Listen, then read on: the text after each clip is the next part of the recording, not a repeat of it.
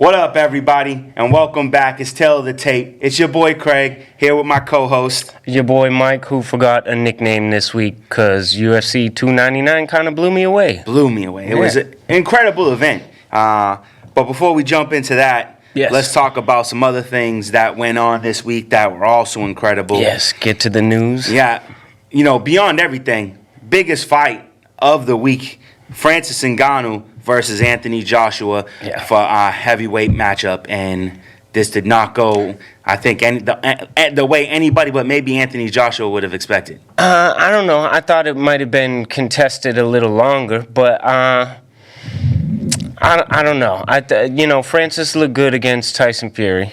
We knew that, but I think this fight tells us that Tyson maybe didn't take it too serious. Correct. Francis did look simple against Tyson Fury, and Anthony Joshua was more technical, took it real serious. And didn't seem to be afraid of the power. No, came straight through the power. Yeah. Didn't take too many shots, honestly. He showed good defense, kept it simple, ones and twos, and just took it to him. Man, and for a man, like we said last week, that we've never even seen get really rocked. Right. Rocked and then put to bed. Yeah, absolutely. I was just saying it's maybe the worst heavyweight knockout I've seen, since the 90s. Yeah. Like, I haven't seen a heavyweight go down that hard in a long time. It was pretty impressive of Anthony Joshua, but to me, what that shows is Francis Ngannou, when it comes to boxing, is merely a prize fight, right? Not necessarily the competition for the guys that high up. Yeah, no, not that high. I don't think he should have been fighting the champions from the get-go. Correct. I still think you put him in with a top 10 heavyweight, and they're in trouble. You know? I mean, a fight that is kind of interesting because, I feel like they probably fight a little bit similar, relying just on pure power, is Deontay Wilder. I was thinking the same thing. Yeah. A bit wild and just super powerful. It's interesting. Yeah, it's very interesting. But at the end of the day, he's definitely outmatched. I liked what Dana White had said about this situation. He doesn't like boxing and MMA crossover. Yeah. When one crosses over to the other, 99 times out of 100, they're going to get dominated. Yeah, it doesn't go the other person's way because, even if you're a boxer who fights MMA, you train for MMA. So things are going to be different the way you fight. Yeah, and if you're a pure boxer, there's going to be openings against that MMA fighter. Exactly. Yeah, because where in MMA, there's you don't have. Obviously, you have to worry about the hands, but you have to worry about attacks coming from everywhere, as does the other guy. So there's a little bit of a, I don't know, maybe like some sort of a defensive gap. Right, and a speed difference in technique, I would say. You practice certain things in boxing that gives you certain quick twitch muscles that you don't build up training boxing for MMA. Correct. So, nonetheless, an exciting fight we got to see. And a good knockout. Francis deserves to be able to be a heavyweight boxer, top of the tier, like we said. No, but I'm glad he made a lot of money. A lot of money, and that's what I was going to say. He bet on himself. Yeah. He got himself a big... I heard a story the other day that Francis Ngannou turned down a $5 million deal from the UFC and was dead broke, borrowed $200,000 from Kamaru Usman. Yeah. So, that's a big brother move right there to be able to hand a man $200,000. He bet on himself. He leaves the UFC, and then he goes. He only made, I think, like $600,000 on his last fight in the UFC, and then now $20 million to fight Anthony Joshua. So the man set himself up for life, set his family up for life, on top of what he made to fight Tyson Fury. Exactly. As well. So he made the right decision. Now, I do believe at this point it's time to go to the PFL and he was saying that that he's thinking about going back to MMA, but that he's not done with boxing. So. Yeah, I don't want him to be done with boxing. I know you agree. I don't want him to be done with boxing. Oh, yeah. But I feel like you had your stint, got yourself 2 losses against Right. the best competition in the world. So go back to MMA, remind everybody who you are, Right. and then maybe start a little lower down the line. Yeah, absolutely, and you could still make bigger money because Yeah. it's a huge pay-per-view draw. Exactly. You know, yeah. So that's cool. We still got the Mike Tyson Jake Paul fight coming up. Right. It's gonna be on Netflix, which is actually really huge for live sports. Netflix is one of the only streaming services that doesn't do live sports. So this will be their first foot in the door in live sports, which could change the way we watch live sports in the future. That's very true. Very true. Yeah, Netflix, huge corporation. Yeah. You know, obviously they put on good events, so they're huge with live events, mostly comedy. Yeah. Right? Is their thing? They have done a few live comedy shows like with Dave Chappelle. Right. And the assumption is that any live sporting event is going to be free. It's not, I don't Right. believe it's going to be a pay-per-view event. I think Netflix just makes enough money to pay it out. Hopefully, unless we see an ESPN Plus type of deal where you have to buy the pay-per-view through the, Through their site. Either way, buying a pay-per-view is buying a pay-per-view. Yeah. But it could completely change the live sports game because if you can get it through Netflix or ESPN, maybe there's a cheaper way of getting Absolutely, the fights. if it's an ongoing thing. Yeah. You know, because if it's a one and done thing that kind of looks like a gimmick just to promote this fight, you know, Yeah. I don't know. So it is heavily relying on this being a good bout. But I just saw a video, Mike Tyson training. Now, granted, it was just, him throwing hands at the pads, but he looked strong. He looked fast and powerful. However, I believe the video circulating is from when he was training for Roy Jones. Really? Yeah, because I've been doing some research on that and I haven't found anything brand new. It's all from he's training with Rafael Cordero in the footage and which is 4 years old and he looked good in that bout. Yes. You know, Daniel Cormier was talking that he saw Mike a few months ago at the UFC and he was using a cane. So I don't know. Like I'm not too excited. Yeah. I want to see some current training footage from Mike.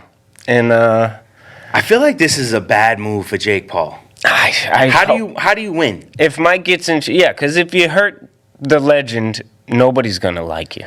Yeah, all they're gonna say is, okay, so you beat up a 60-year-old man, And we're gonna be mad at you for it. yeah. You know, nobody's And if you get knocked out by a 60-year-old man, then you look, your boxing career is basically over. right. Because I mean, you look terrible, but also we kind of be like, well, yeah, it's Mike, so it might save him a little bit, but To me, in my eyes, it doesn't save you. I If think you lose- wanting to fight a man he's going to be 58 at the time of the fight, that's absurd. Yeah, You know, it's absurd.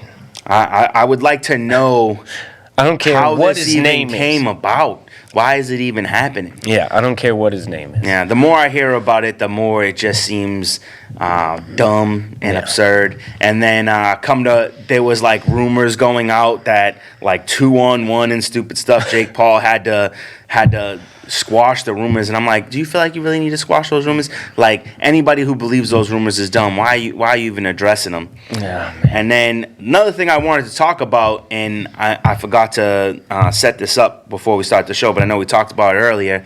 Colby Covington. Oh, man. Colby Covington, anybody who hasn't seen it yet, you just feel happy for yourself that you haven't watched it. If you need to watch it, go ahead. But Colby Covington on a boat in Miami,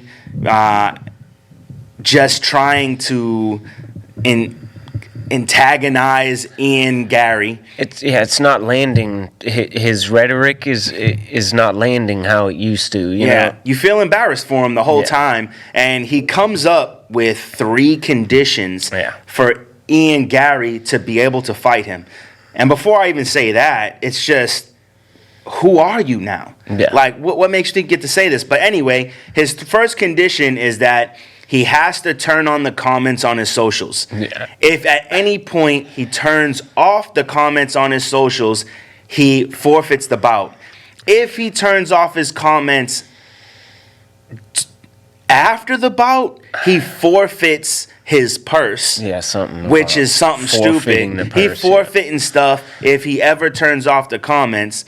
Second condition, he has to get on his knees and beg for the fight. And beg, yeah. So you're telling someone, a rising star, that they have to beg for a guy who's got nothing but losses. 6-0 in the UFC, Ian Gary, you know, on a win streak. And Colby Covington, he only 2 wins he has is against Robbie Lawler and Jorge Masvidal. In the past, I don't know how many years. A decade, maybe? Yeah, and he's coming off a, 4-fight losing streak. I think he has to get on his knees and beg Ian Gary for exactly. a fight. And then the third condition is that something about his wife wanting 15 minutes of fame, and that after he wins, she has to take a picture with him. And I'm like, are you 12 years old, bro? I don't understand. And like you say, he's on the boat and trying to look rich as he can. Comes off a helicopter onto a boat. It's like, are you serious? I don't know. That stuff was cringe when he was fighting, you know, Kamaru Usman. Yeah. But people, I guess, had to watch it because we cared about the fight. Yeah. You know, I like a matchup with him and Ian Gary.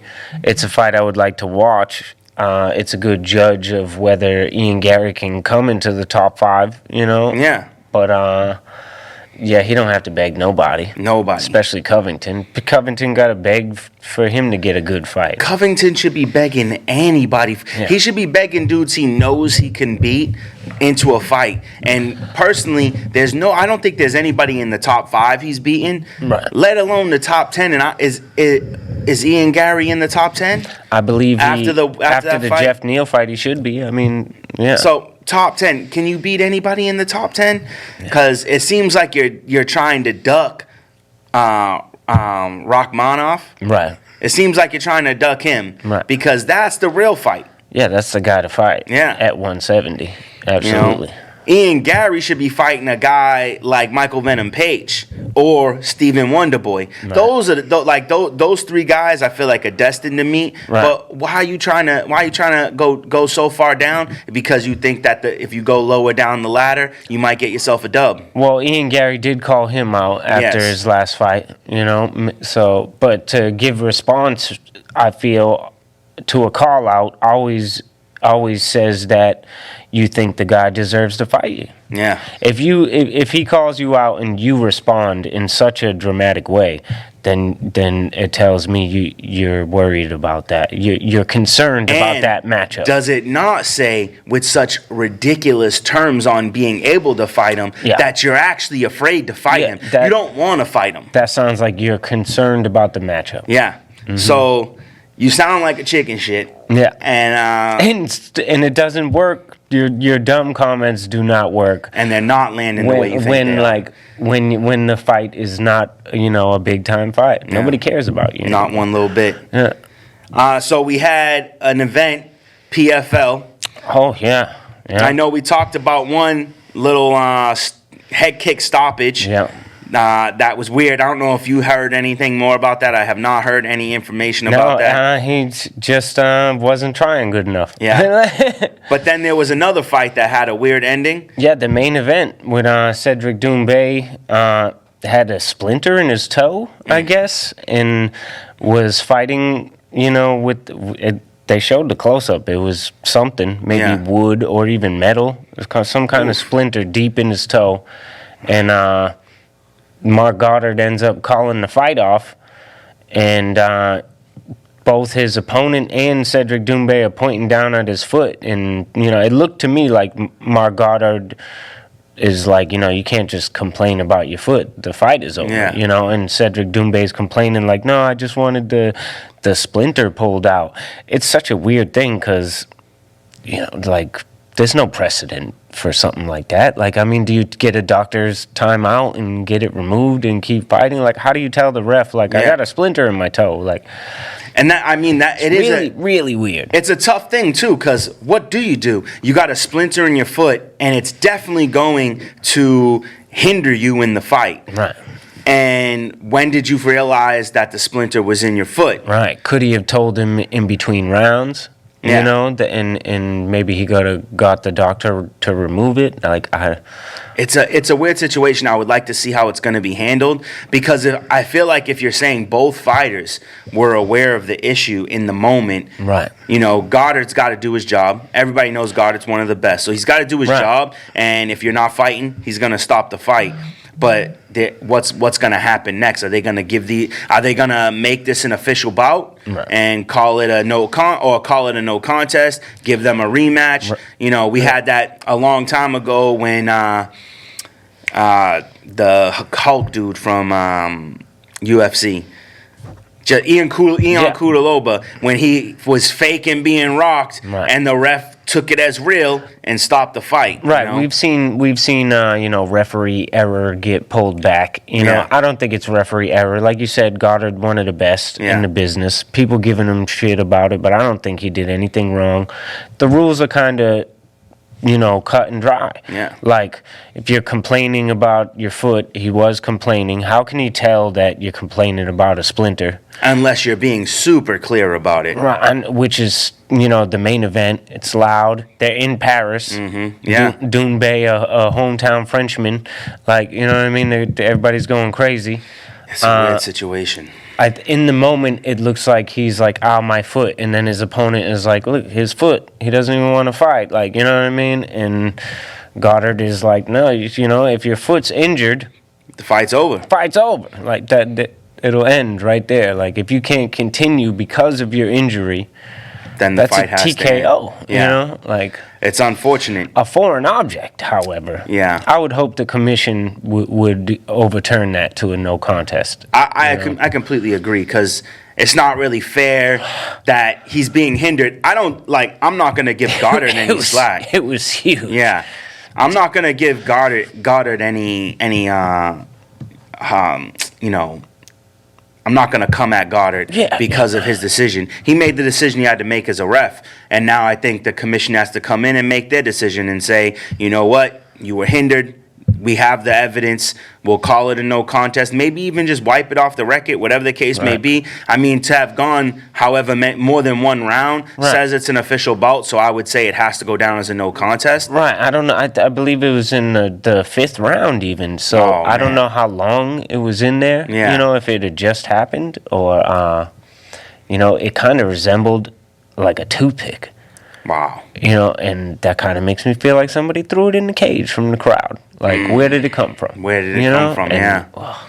That's gross. That's a tough one. Number one, because it's super unsanitary and it was deep in his toe. Like, and that's thick. Yeah. Obviously, you can't step. You can't throw a punch. You can't do anything. Not a thing. So let's hope that the right decision gets made. And I can understand from Goddard's point of view that it just looks like his foot's injured. Yeah. If it's just your foot's injured, it's like, hey, you want to fight? Mm-hmm. No? Okay. Done. It's over. Yeah. I mean, when I saw it, it looked pretty cut and dry, so it is what it is. Yeah. All right. One story I wanted to bring up real quick. UFC vet, first heavyweight champion and Hall of Famer, Mark Coleman. Yes, the Hammer. Saves his parents from a house fire in Ohio. Wow. And that was the story. All right. And he was in the ICU. He still is, but he was sedated for days. The smoke inhalation nearly killed him. Yeah. And he woke up Thursday. So and he's doing well. Said he's the luckiest man in the world. Great story. I'm glad you remembered it. I just saw it today. Yeah, the story was pretty crazy. He said he woke up, almost couldn't get out of his own room. Wow. And by the time he got the door open, the smoke almost made him pass out. And he almost went for the door first to exit and went for his parents, got him out. And he was quite sad he couldn't save the dog. But he pretty much passed out. Both of his parents were passed out. Yeah. And he dragged them out of the house. So goodness, he's still the Hammer. Yeah, man. Yeah. That's a hero right there. Yeah, it was a big story to me. Well, I hope everything ends up okay for him and his family. Absolutely. And best wishes to them, for sure. 100%. Absolutely.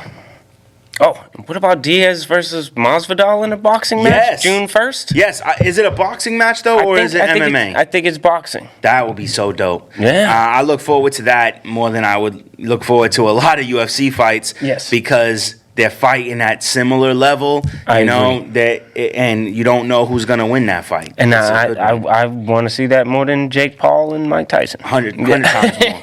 100 times more. I mean, go ahead and put. I mean, it's obviously different times and different fights, but I would have said put it on that card. Yeah, right. Make it the main event. I mean, obviously you got Jake Paul and Mike Tyson. It's gonna be the main event, but I like that fight a lot. Two guys who are really good at the trash talking. Yeah. Two guys pretty hood. It'll have some good press conferences. Yeah, it's gonna be, and two guys who have a lot of respect for each other, but they're gonna put that respect aside to run their mouth. And a lot of ability too. Yeah. It's gonna be pretty fun to watch that. That's a good one. All right, so this past weekend, UFC 299 was a fight card to remember. It's fantastic. It did not let down at any moment. No, I think 300 is going to have a hard time to live up to it. You know, 100%. Like I know that the card for 300 is stacked, but this was something. This was something. Yeah. You want to read it or you want me to go? No, go ahead. Go All right, so we start off in the women's flyweight division with Joan Wood versus Marina Morova, and this was a really good fight. Yeah, competitive. Joanne Wood already said it was her retirement fight, so you want to see her get the dub, and it didn't look good at first, but I feel like she turns it around and puts it in the work. Yeah, she turned it around later in the fight, and I think that's what got her that last bit in the third round there, where she really just left it all out. Like, hey, I ain't gonna be here again. Exactly. Yeah, 100%. She ain't gonna look back with regrets on this fight. And wins by split decision on her retirement fight. Exactly. Good for her. It was a very well contested fight, and good for her. Congrats on Joanne Wood for having a good career. Yeah, she's unfortunately, really she never got to hold the title, but she's helped that division quite a bit, the flyweight division. Absolutely. Along the way. Definitely a fighter you always look forward to seeing fight. Yeah. Next, we have CJ Vergara versus Asu Almabayev. Yeah, they were at a catch weight, 127 pounds. Yeah. Who was it here? Albayev with the better wrestling. Vergara couldn't keep himself away from it. Couldn't keep himself off his back. Albayev with the unanimous decision. Yeah. This fight was the coolest fight, shortest fight, but coolest fight of the night just because of the way it went down. Newcomer Robelis Despain versus Josh Parisian. Yeah, Josh Parisian overmatched here, but bad game plan. Bad game plan. Made Robelis look fantastic. Robelis huge. Yes. Enormous. Young. 6'8". At the heavyweight limit, 265. He's young, he's fast, he's got a dynamic striking style. Wish we could have seen more. Yes. But Parisian bulls at him, and he hits him with a combination moving backwards. Well, I thought what was while crazy, his hands are low. It's crazy because he throws feet in the air like he's punching while he's moving. Yeah. No feet planted at all. And he goes for the high kick and slips. Falls down too fast for himself. Yeah. Doesn't get rocked. And Josh goes full ham on him. Full straight. Just straight down the pipe. Yeah. Throwing punches. And what's crazy to me is he doesn't even have his balance. Like he pushes it. Tall guy like that could just push himself up, still falling backwards, and manage to land a 1-2 hooks while his feet weren't even touching the canvas while he was stepping backwards, and lands the big.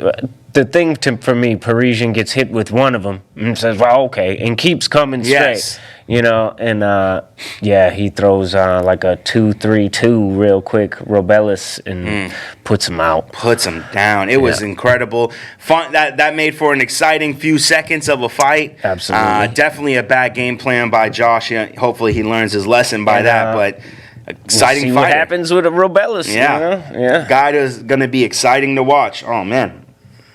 I'm going to sneeze. Got one stuck in there. And then we have Michelle Pereira. It's real life. Things happen. Versus Mikel Olajayshik. Yes. I was excited for this one. Pereira at middleweight, where he should be, and does what he does, and he comes out exciting. Hurts Olajayshik right off the bat with the body kick. Oh man! And then goes back to the body with a punch, folds him over, grabs him and knees him in the body. Runs and knees him, then grabs him, turns him around for one more knee, and then chokes him for good measure. No hooks, no nothing, just takes his neck. Pure strength. Choked him to sleep. Olajayshik, I don't even think he had a chance to try to tap. 1 minute and 1 second of the first. Yeah, flawless. It was basically a flawless victory. Yeah, he didn't even throw a strike on him. But that leg kick to the body sounded like a baseball bat. It was terrible. He was hurt right off the bat. Oh man, yeah. The fight was over before it began. And what a great up and coming fighter. It stinks to take a loss like that, but I think it shows what kind of fighter that Pereira is and always was. Just always had problems with the welterweight. Exactly. Yeah, now he's found his weight, and now it's going to be even more exciting to see what's to come from this guy. Can't wait to see who he fights Super next. fast, super exciting, super strong. All right, Ion Cutelaba versus Felipe Lins. Yeah, Cutelaba started pretty good. I thought, this was going to be a good fight for him. Felipe Lins just kind of figured out what he had to. I gave Cutelaba the first round, but then Lins ran away from him, kind of grinded him out a bit. Yeah. Gets a unanimous decision. Definitely a good fight for Felipe Lins, but you're 100% right. It looked like it was going Eon's way, and then, boom, it just turns the tide on him, and Felipe gets the good win. Yeah, landed some heavy leg kicks, really just started taking his time and picked him apart. It was good. All right, and then we go into the regular prelims. Pedro Munoz versus Kyler Phillips, excuse me. I've been following Phillips a while. I've always liked Kyler Phillips back on the Ultimate Fighter and even before. This is his best performance to date. Got the grizzled veteran Pedro Munoz, who couldn't figure him out. Munoz couldn't really get nothing going. Nope. Phillips did whatever he wanted. Dynamic striking. It was his, like I said, best performance for him so far. 30-27 unanimous decision. That's not easy to do to Pedro Munoz. No, because he's a very good fighter. It was very exciting to see Kyler Phillips put on a show like this, and it's sad for Pedro Munoz because he was, at one point he was a guy on a rise and has taken a few losses. I feel like this is more just the shining moment for Kyler Phillips than the decline of Pedro Munoz. Absolutely. Absolutely.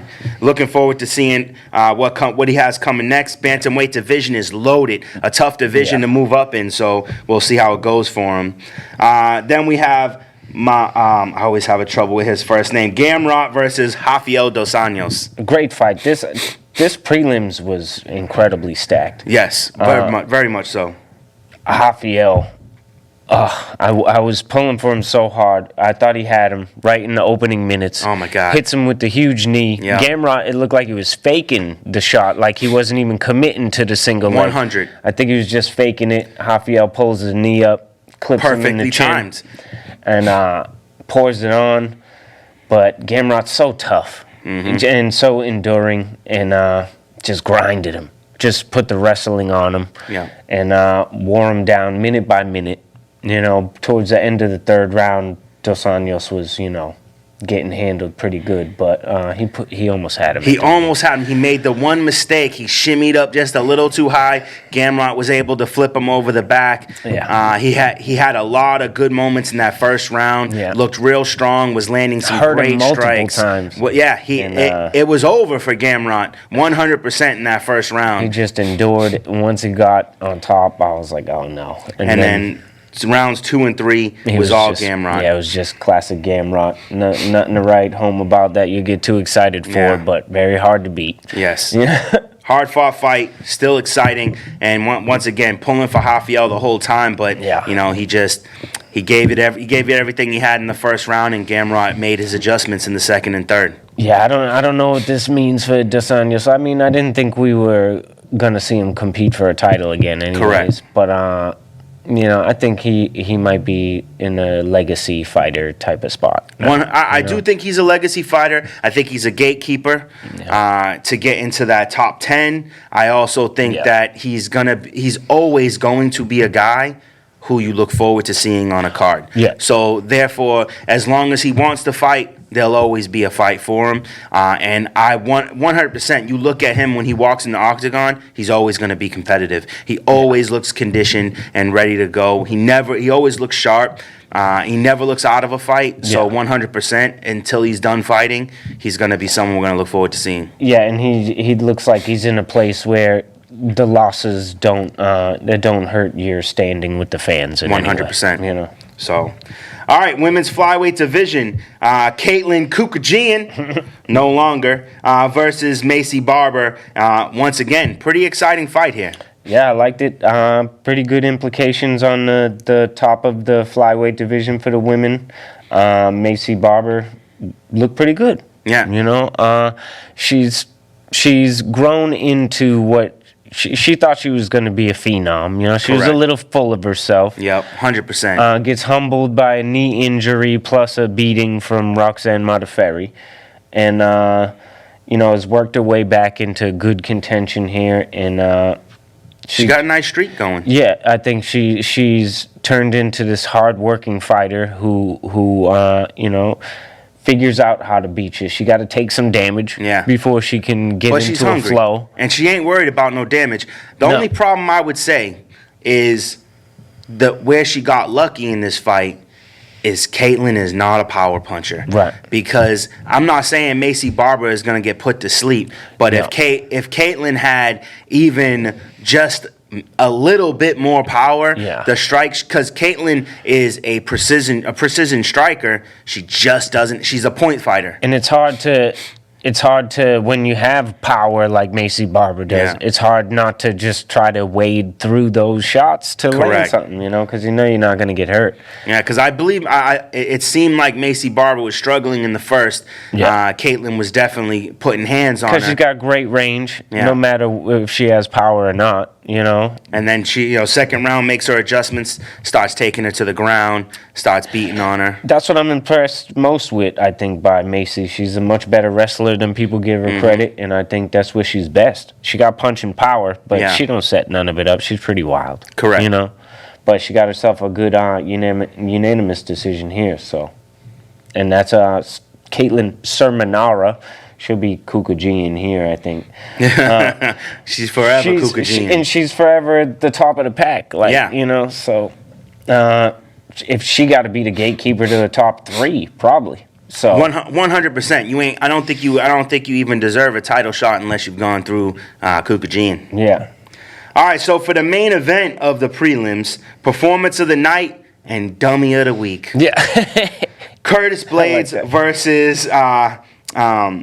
Jailton. Is that how you say his? I guess I've never said his first. I don't think I've ever said his first name because every time I go to say his first name, I feel like I've said it before. I don't think I've ever said his first name. Jailton Almeida. Interesting fight. Super. Blades scared to engage right off the bat, but Almeida with the crazy wrestling pressure. Yeah. It's weird when you see a wrestler like Blades scared of a grappler. I was like, But you've seen why. Almeida was all over him, trying 100%. To take him down. First round, all Almeida. All takedown, though. All takedown. Just all takedown. But or as DC would say, Matt returns. Mostly. You know what I mean? He didn't have any kind of control. Didn't put him to his back at all. Tough for Blades, though. He felt the pressure. And then second round, Almeida immediately shoots for the double again. Finds his head on the outside, and Blades stuffs him on the cage and starts hammer fisting him and just kept going. That's why he gets dummy of the week. Yeah. Like the man, you're not in some bantamweight, flyweight division. That's a ham. Yeah. Like the exactly. size of Curtis Blades. Homeboy got a sledgehammer on his wrist, and like one, you're not protecting yourself. 2, you're overcommitting to a takedown because it's literally all you have. You don't have any striking ability, so you're just going for takedowns. As soon as you feel a man like that laying bombs on your head, you got to disengage. Right, and it's kind of a bad takedown anyways. You know, he's shooting head on the outside. He would never do that against somebody who was worried about their submissions. You know, he wasn't worried about, he's not worried about any guard work from Curtis Blades. Yeah. It showed, which put him in that bad position. You know, head on the outside, head up. You know, if you shoot in for your single, because it was originally for a double leg, but he changed it to a single, and he had the head on the outside, and Curtis kept his balance and started throwing hammer fists. Just put his weight on top of his head. Should put that face right in their stomach on the inside, you know, or around their back where you can't get hit like that. And it's crazy when you take 10, 15 shots to the side of your head. I can understand where a giant fist like that could hurt you after the first one, and you're kind of stuck in the position and you're dazed, and then you just eat a bunch more fast. Like, I don't know. Yeah, it was. I think he just got stuck after the first one hit him. Yeah, it didn't make any sense at all. And he was out cold. Like, it was a KO. Yeah, it was definitely a KO. He dropped to his face. Yeah, 30 seconds in the second round. Yeah, it was pretty brutal. And Blades called out who? Aspinall. He called out Tom Aspinall, which I love that call out. I don't mind it. Yeah. But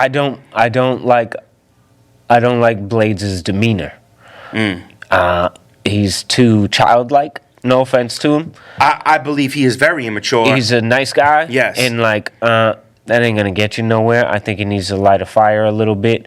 And you know, he's like, Tom, you know, I think we should run that back. And be like, I won the fight that I had with Tom. I don't care about injury or not. I think if you listen to him talk, though, I think there's a natural immaturity in him. I don't think it's something that can be changed in him. Well, I think he'll need to figure that out if he wants to be heavyweight champion of the world. This is true.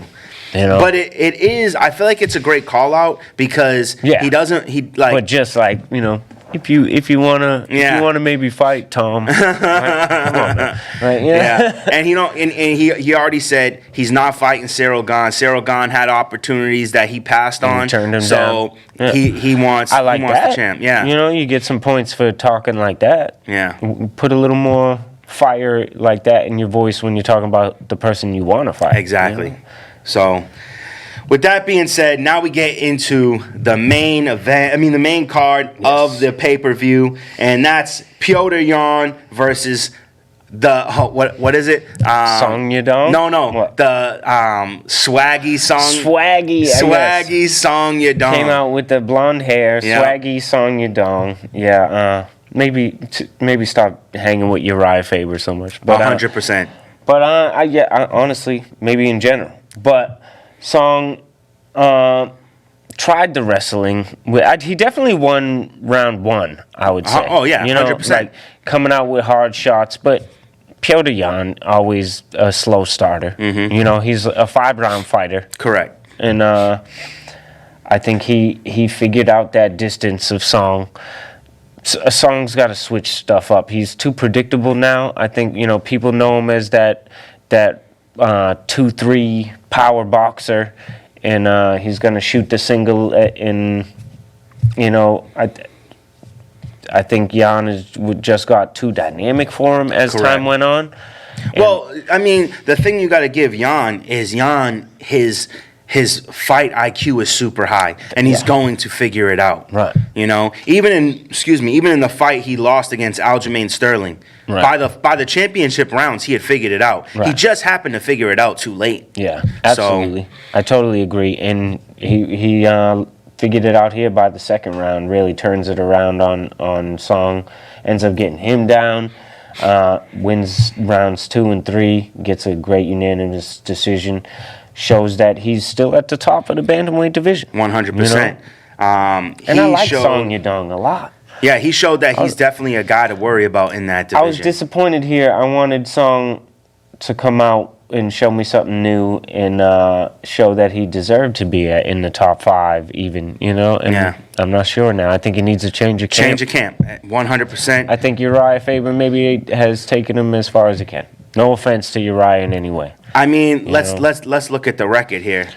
They've only ever brought one champ, I believe, and that was Cody Garbrandt, who was dynamic in his time, but has after losing the belt. At the time of the championship, though, I think he had changed from alpha male. You know what I mean? He came up with the alpha male. No, team. he was still with alpha male. I'm not sure. Really? Yeah, I don't know. I thought he was still with alpha male to this day.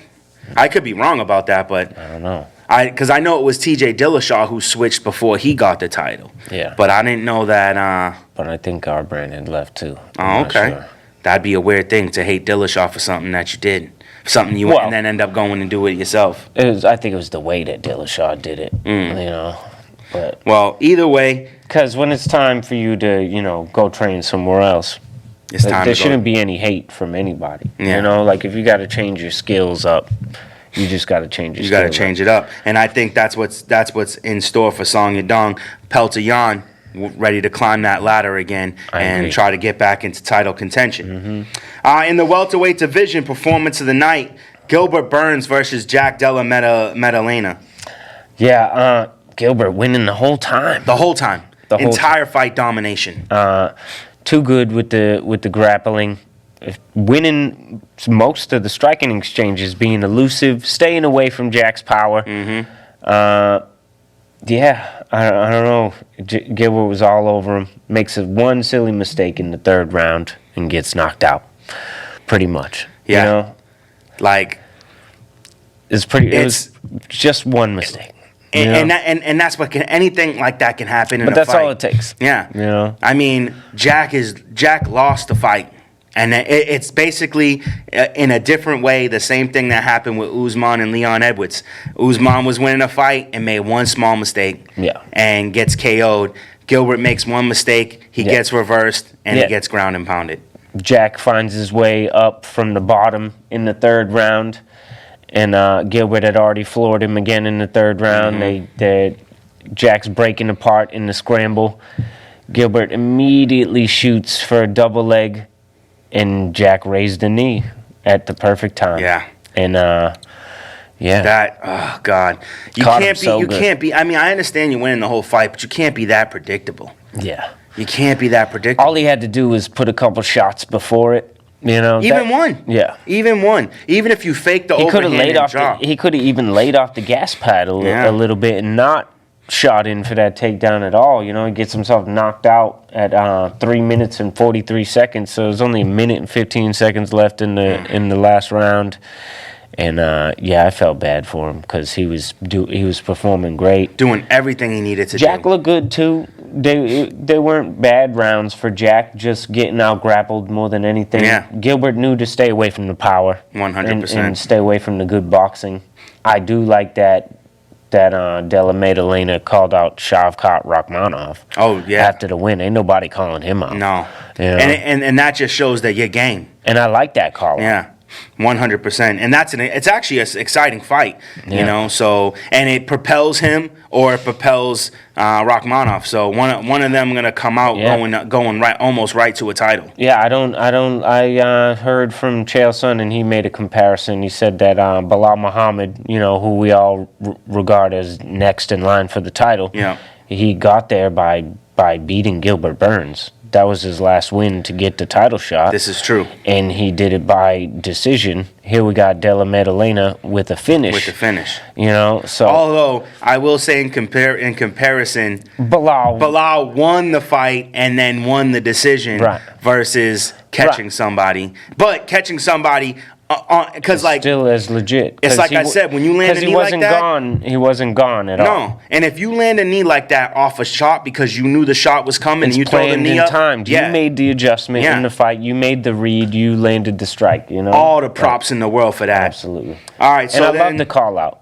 Yeah, I like it, and I want to see it. 100%, I want to see that fight. All right, so now we have in the welterweight division, Kevin Holland welcoming Michael Venom Page into the UFC, and man, did it not go the way he thought it was gonna. I know. Kevin was real confused. Yeah, real confused. He didn't know what to do. Couldn't get inside. Couldn't chase him down. Couldn't make Michael Venom Page stand and fight with him. But we knew he wouldn't. He circled around. Yeah, jumped in and out. He was real conservative though. I think he could have put Kevin Holland away. Oh, I definitely think he could have. If he turned it up a little. The problem with Kevin Holland is, and I've said this before, a fighter like Michael Venom Page is just like a fighter like Wonder Boy Thompson, just like Dominic Cruz. Yeah. If you attack them, you're gonna lose. Yeah. You need to make them come to you, and then then try to time them when they're coming in. Right. Because if you go after them, they're just gonna make you miss. And I feel like that is something that should have been like how you not see that in the first, at least by the end of the first round, you can't attack them. I think he was too fast for him overall. You know, like a couple times he did wait for him, but Venom just in and out. Yeah. Like, but one strike at a time. You know. I mean, he even said it in his corner. He was like, "He's faster than we thought." Yeah, he's faster and he than was, we and thought. then they said, "Do this and do this." And he was like, "He's not there." He's not there for that. Yeah. He said, work that side front body kick. And he's like, yeah, he's not there. Yeah. I ain't gonna land that. And I mean, he knew it. He knew the situation he was in by the end of the first round, and Frustrated by the end of the fight. Nothing super special from Venom Page, but I think he could have turned it up and finished him. But Holland too resilient. Unanimous for Venom Page, though. Yeah. And I think it sets up some good fights. I personally want to see him fight a wrestler. Yeah. I don't believe he would be like. I almost think it would be stupid for him to face a wrestler right now. He knows he's not ready. I actually respected that about him. He said, "I have a lot of work to do," because he understands that in the UFC, the grappling is of the highest level. Absolutely. So if he faces someone who has not necessarily elite striking, but someone who has good striking but elite takedown, elite wrestling or grappling. Right. He's going to be outmatched. Right. And so I think it would be a mistake for him to go that route this fast. Well, I think most of these elite wrestlers are boxers when they have decent striking, you know what I mean, or good striking, and he's so different, like let's see how that style actually plays out. I would like to see him fight, next striker I would like to see him fight is who fought Ian Gary. Jeff Neal? Jeff Neal. Yeah. Jeff Neal seems like a good fight for him. It's kind of the similar fight for Jeff Neal, but Jeff Neal has experienced it, so maybe he could take what he learned from Ian Gary and apply that to Page. Yeah, and he didn't seem on point against Gary. Yeah. He's either there or he's not there, All right, now we have the lightweight bout co-main event, fight of the night, Dustin Poirier versus Benoit Saint Denis, and just like we thought, this was going to be the fight of the night. Yeah, Saint Denis made it even better than I thought. When they were coming out, I was saying Dustin was just going to masterclass him, but Benoit with some serious pressure right off the bat had Dustin a little worried. Had him jumping on guillotines, which was kind of crazy, confusing us. I love that he says he ain't going to stop. He doesn't care. Right. And even though he's never gotten one, but he loves to. I don't know, but it put him in a couple compromising positions. The pressure of Saint Denis was crazy through round one. Second round, same thing for Saint Denis right out the bat, but Dustin's piecing him now. Yeah, settles in good, starts landing good shots as Saint Denis coming in, and in the second round, 2 minutes 30 seconds. He just bullies him, hits him with a straight left, that the first shot that dropped him and hurt him. And then against the fence, he throws that straight left to the body and the right hook upstairs, just completely flush. Yeah, just put him down. Yeah. And then that last punch to the jaw. Oh, yeah, while he was asleep, why not just throw one more? I think this was a good lesson for Saint Denis, a good challenge for Dustin Poirier, because I do believe with the losses he had, people were taking a little bit of respect off his name. Not true fans like us, but people. There were doubters who have saw him lose some fights and forgot who he was and what he was about. But it was a good test for him. He had to withstand the fire in the first round, find a way to gain that victory. Crazy pressure and pace by Saint Denis. Lands a couple good shots, Saint Denis too, but it was basically more on pressure. Yeah, and so with Saint Denis, you go home, you regroup, and you learn from this lesson, and that you're going to come out only I don't better. think it hurts him in any way at all. And I think he needs to continue to climb the ranks. Yeah, and he'll still have his day in the sun. Absolutely. And then finally, the main event of the pay-per-view, bantamweight title bout, performance of the night as well, Sean O'Malley versus Marlon Chito Vera. And this was a masterclass. The arrival of Sean O'Malley in full. Yeah. This was an incredible fight, great striking display. Chito just didn't have it for him. What Chito did have is a jaw full of granite and a heart of stone, man. Like, this dude is... And an incredible gas tank to boot. Yeah. I mean, I think that's what shows that he was never, like, hurt. Sure, his body took, quite a bit of damage. Yeah. And I would love to have seen what his face looked like a couple days, like on Monday or Tuesday. Oof. But he never got winded from all that damage. So, he just doesn't get hurt. No, because he took body shots. It's so many kicks. Sean was hurt after from the shots to the body. The knee to the face, what was it, round 3? Yes. It could have been earlier than that, but it was probably one of the most brutal knees I've ever seen. The bone-on-bone sound is probably the worst that I've heard in the UFC, and he didn't miss a beat. And he didn't even wobble at all.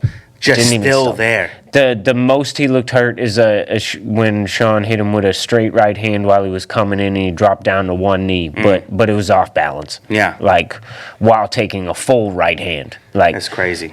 Sean, 160-something strikes? Like, it was insane. It was a masterclass.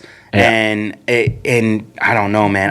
I will say that I feel like Chito had some moments. Round 4, he looked pretty good. Might even, if a judge wanted to be nice, could have gave it to him, but he ended up taking more shots. On the gas. Not enough.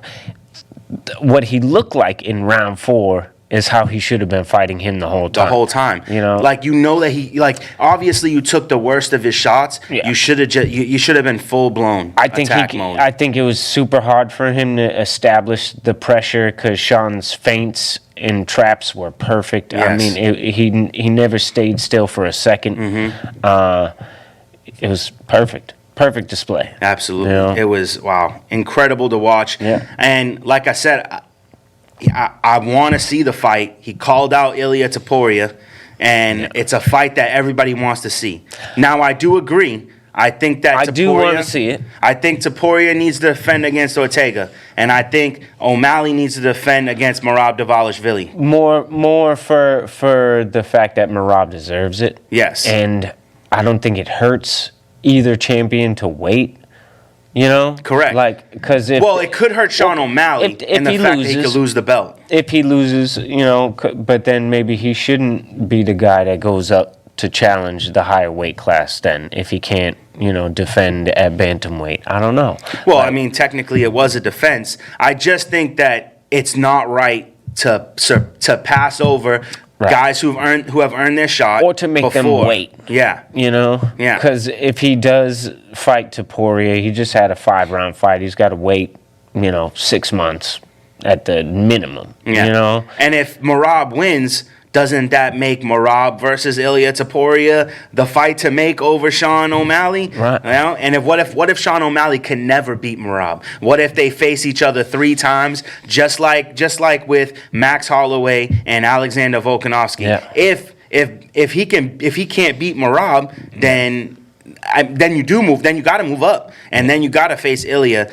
But I think that Merab and Brian Ortega should get their title shot, and no matter win or lose, I would like to see Topuria versus O'Malley because it's going to be an incredible fight. What happens if they both lose titles and they could still do a cross weight class, and we would still love to see the competition. Still love to see it. But if they both defend, if Topuria defends, at least once, and O'Malley defends again against Merab, that makes it maybe the craziest fight the UFC has had. Exactly. It would be the second best champion fight since Alexander Volkanovski versus Islam Makhachev. If they can build the more style power. If they can build the stardom of these two men, a little bit more, which will only help to have another fight in their own weight class, then you could be talking huge pay-per-view. Yeah, it would be It would be so incredible to see that happen. And we seen O'Malley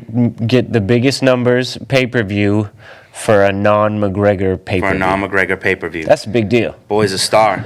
We don't have much time, so let's just say real quick. Saturday, March 16th, 7 p.m., main event, Tai Tuivasa versus Marcin Tybura. Yeah, Marcin Tybura. Tybura. Yeah. And this is going to be a banger. This is a I fight to agree. be excited for. Fights to watch.